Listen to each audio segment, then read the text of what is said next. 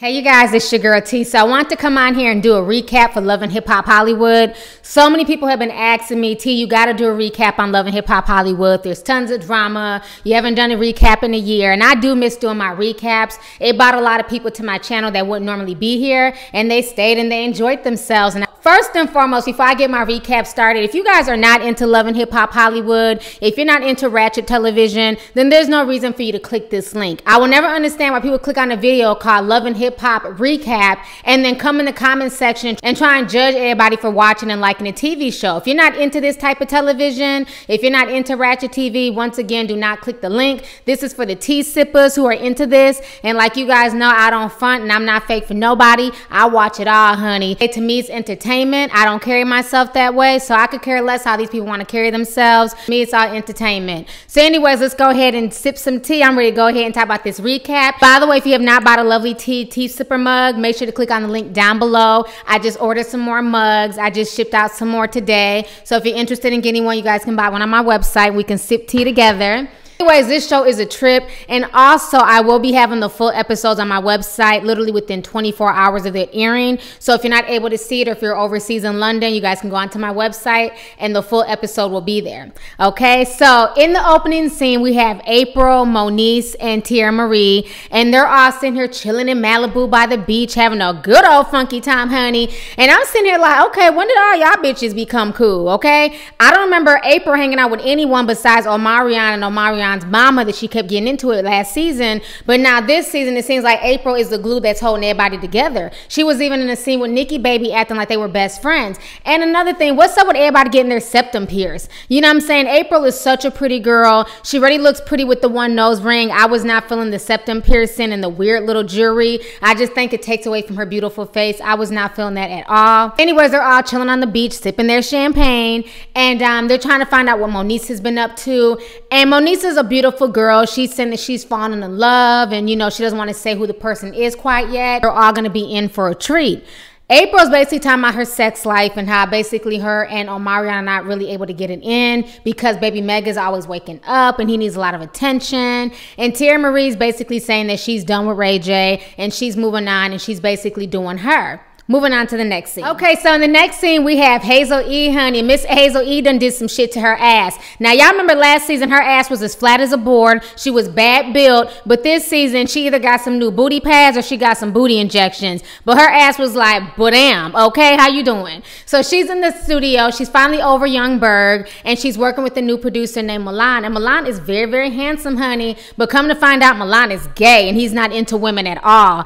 And basically, MILAN is the only one who reached out to her when Hazel E found out that her grandfather passed away. Besides MILAN reaching out to her, Tia Marie also reached out to Hazel E as well. And Hazel E came out to state that basically Tia Marie was real sympathetic and she had met her grandparents. MILAN thinks that Hazel E needs to fall back and not be so quick to welcome Tia in with open arms because Tia dissed the hell out of her last season, played her to the left. But as we all know, Hazel E, you know, she has a soft spot in her heart for everybody. So they're basically talking about that and then just trying to figure out, you know, what MILAN wants to do with his love life. He says that he wants to settle down. He wants to have children. He wants to do all this and that. But the person he's with is acting funny. Moving on to the next scene. All right, so in the next scene, we have Princess and Ray J, honey. And when I tell you, I don't know what the hell's wrong with Ray J. I feel like this man has serious issues. Now, you guys remember last season, his ass had to go to anger management classes.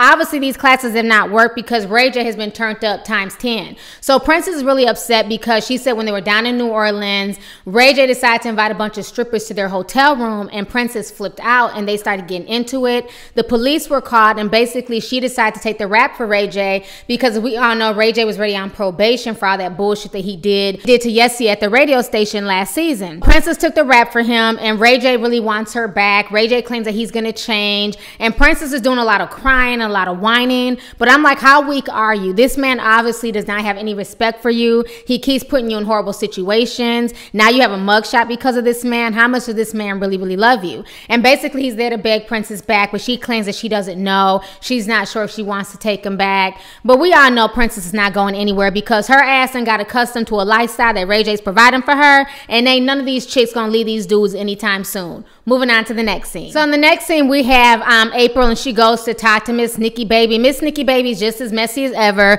Her titties look like they're about to pop out her chest. Her titties look like they damn hurt. They look like two damn big ass brick balloons, you know what I'm saying? So she's sitting there talking to APRYL. You know, like I said, once again, APRYL's like best friends with everybody. So they're chopping it up, and APRYL's telling her, you know, how her love life has been a drag because of the baby. And Nikki's like, you know what, if Omarion is always out traveling, he's busy rehearsing, then you need to bring yourself to him. You need to dress up in something sexy, put on a little trench coat, and go get your man. So APRYL decides to take Miss Nikki Baby's advice, even though Miss Nikki Baby has no man. APRYL still decides to take Miss Nikki Baby's advice and go hunt down her man. Moving on to the next scene. Next scene, we have Miss MONIECE, honey. And Miss MONIECE is just glowing. I do not like the way she looks in her confessional. That hair is too much for her thin face. MONIECE is like an itty bitty girl. I felt like that's just way too much hair around her face, and the fact that it's, you know, platinum blonde, it just does not look good with her skin tone at all. MONIECE, less is more, honey. You're naturally beautiful. You don't need all that extra bullshit. Thank you. Anyway, so her ass goes to the airport to go meet her boo,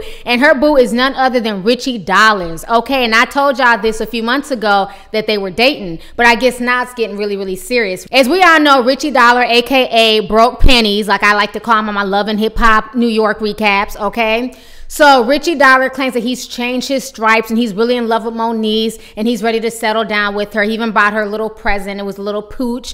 And, you know, MONIECE is really happy. She's talking about this is their baby. They're going to raise the baby together and all this other bullshit. I just don't know what it is about Broke Pennies. I mean, he must have a platinum peen, because I don't understand why these young, beautiful girls go gaga over rich pennies. Like I stated before, he must have a platinum peen and he must spit out diamonds when he nuts, because I just don't understand. I don't get it. You know, first Erica Mena was head over heels over him. His ex-girlfriend who fought Erica was head over heels over him. Then he got with the next chick, and then you had the whole situation with Johnny Blaze. Then you had that girl Diamond Strawberry giving him head in the restroom. It's like the whole situation makes no sense.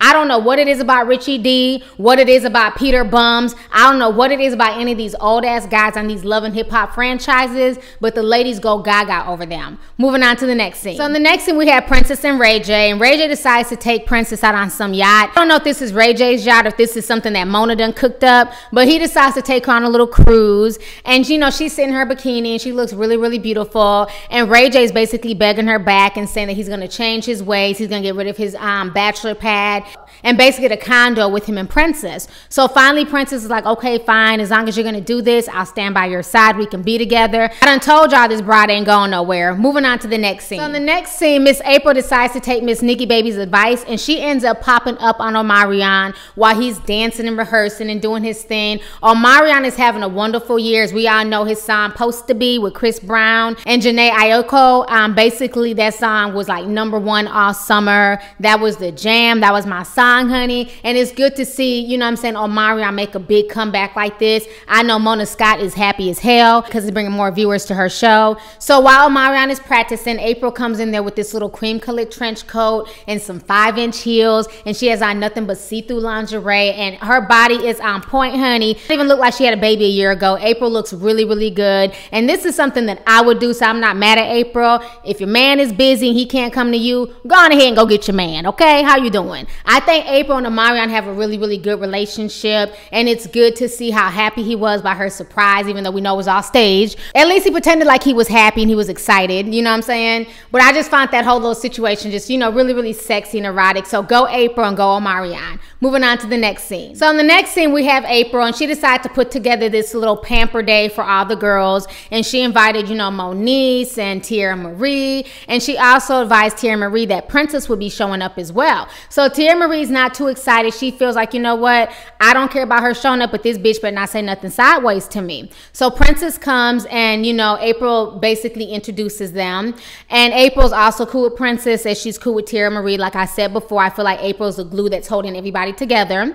So Princess is saying, you know, it's good to meet you once again. I think we started off on a bad foot. And Tierra Marie was like, well, yeah, you know, we did, because you were talking shit. And Princess is saying, well, I was talking shit because you was telling Ray J that you were gonna beat my ass. Anyway, she's upset because she feels like she's gone through so much with Ray J, and Ray J has no respect for her. And Tierra Marie's basically calling her out for being violent and beating up on Ray J and breaking his ACL and breaking his rib. And you know, she then proceeds to start crying because she's been falsely accused and she didn't have nothing to do with that. And Ray J's an attention whore, and he called TMZ and lied to them to just, you know, put this story out there. So basically Princess is saying that she's not violent. She did not break his ACL. She did not break his rib. And Tierra Marie's like, you know what? I believe you, because this is something that Ray J's attention whoring ass would do. Ray J is known for calling the paparazzis. He's known for calling TMZ, having them follow his destitute ass career. You know what I'm saying? Ray J is thirsty as hell. He would never have the fame and notoriety as his sister Brandy. Only thing that Ray J is known for is One Wish and that damn Kim Kardashian sex tape. And I think that that really pisses off Ray J in real life. So he's trying to do anything to keep his name out there. So I don't put nothing past Ray J. I don't put nothing past him. I believe that he called TMZ to make this girl look crazy. But she starts breaking down, and Tia Marie feels bad for her, and they start hugging. And Tia Marie tells her that, you know what, you deserve better. You deserve somebody who's going to respect you, who's going to love you, who's not going to make you feel, you know, like a second-class citizen, who's not going to make you feel like you're not worthy. And Princess is like shocked by this. All of a sudden she has this epiphany. Oh my God, everything that Tia Marie is saying is real. No one has ever spoken to me like that before. No one has ever told me that I deserve better than Ray J. And I'm sitting here looking like, bitch, are you for real? Where's your mama? Where's your sisters? Where are your real friends? Why does it take for another female that Ray J was fucking with last season that threatened to beat your ass? Why does it take for her to enlighten you that you deserve better? You know, it's really sad how a lot of these women on these shows have such low self-esteem that they'll just accept anything just because they're dating a so-called athlete or a so-called celebrity. Your self-worth and your self-happiness should be first and foremost before anybody that you date. And if it took Tia Marie to, you know, enlighten her, I feel really bad for this chick Princess. Moving on to the next scene. So in the next scene, we get introduced to this girl named Fab Ab or some bullshit. She's another struggle rapper. You know what I'm saying? She's kicking her rhymes. And to be honest with y'all, I'm not trying to throw shade because y'all know I'm not that type of person, honey. I am confused. Is this a transgender? Is this a woman? Because we live in a dating time where you really can't tell who's transgender, who's not. And she has a very strong face, and I'm just trying to figure out, is this a man or a woman? She's claiming that she's been with this rapper Miles since high school. They were in love for a long time, but they took a break.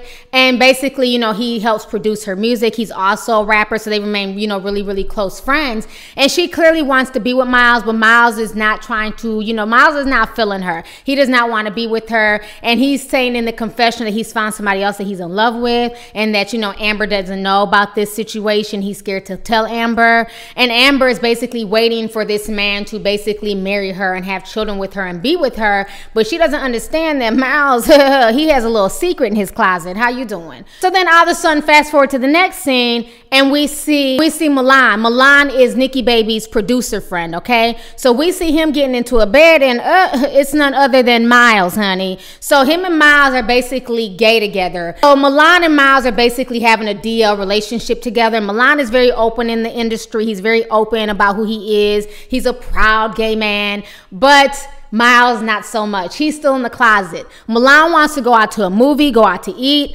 Miles is saying, no, I just want to get my back banged out in the bedroom. I'm not trying to take you anywhere in public because, you know, I don't want my family, my sisters. I don't want people to know that I get down like this. You're the first and only man I've been with, and I don't want to, you know, I don't want this business getting out there, which I just find stupid and ironic. How the hell are you on the DL and you're on a show called Love and Hip Hop Hollywood? How the hell do you want this to be a secret? There's literally 12 cameramen in the bedroom. There's a boom man, there's a lighting technician. Get the fuck out of here. Anybody who thinks he's straight, you're a few eggs short of a dozen. There's nothing straight about Miles. If Amber really thinks that this man is straight and he's gonna marry her and give her a baby, she needs to wake the hell up. From the time I saw Miles in the studio, I knew that he was not only gay, but he was Mr. How you doing, okay? So he's undercover, and he doesn't want to basically profess his love or be out in the open with Milan. I think Milan deserves better. You should never be with somebody who's ashamed of who they are and who's ashamed of being with you. And you're ashamed to be seen with them, then you should not be in a relationship with that person, point blank, period. So I'm not agreeing with this whole situation.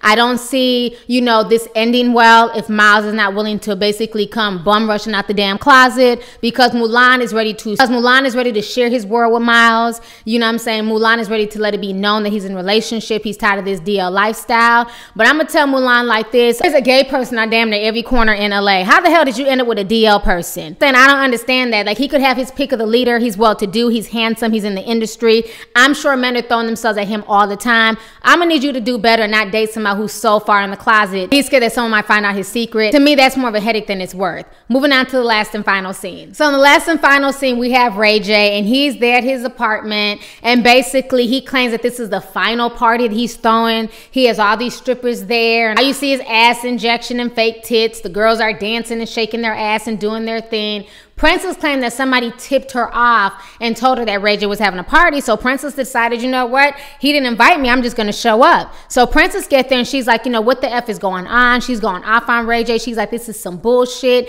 And Ray J's like, you know what? You want to know who I am? This is who I am. It's turn up time. And I'm sitting here like, Ray J, please get your life. You're just doing way too much this season. The season has just started and you're just doing a little bit too damn much, sir. Everybody knows who you are. You're an attention whore. You're not faithful. You're a cheater and you have no morals. You don't need you to yell at us and tell us who you are. We have a good idea of who you are, Ray J. So anyways, Princess is not buying it. She's upset and the little stripper honeys are bold. You know, Princess is telling them to take off their dirty ass socks. One of the stripper girls then says something about Princess's feet and Princess loses it and she goes running up, you know what I'm saying, to go clock the stripper girl. Security gets in and this is the first fight of the season, but we all know there's going to be many more fights to come because that's what goes down on Ratchet Television. So anyways, this is my recap for the first episode of Love and Hip Hop Hollywood. There will be more recaps to come. They may not always be on time, honey, because y'all not be busy out here in LA, but I will be doing these recaps. I do enjoy them. So let's go ahead and get the discussion popping. How did you feel about the first episode of Love and Hip Hop Hollywood? What was your favorite scene? How do you feel about, you know, Milan and Miles, their whole little dynamic? How do you feel about Ray J and Princess? And then, like I said, if you guys have not seen the full episode, click the link down below. You guys can check out the episode and don't forget to buy a mug if you haven't bought one yet. Talk to y'all later. Deuces.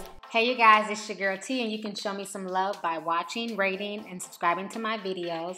Don't forget to share them and also don't forget to follow me on social media. And if you get a chance, make sure you check out lovelyti.com where you can purchase a coffee mug or a t-shirt. Talk to y'all later. Deuces.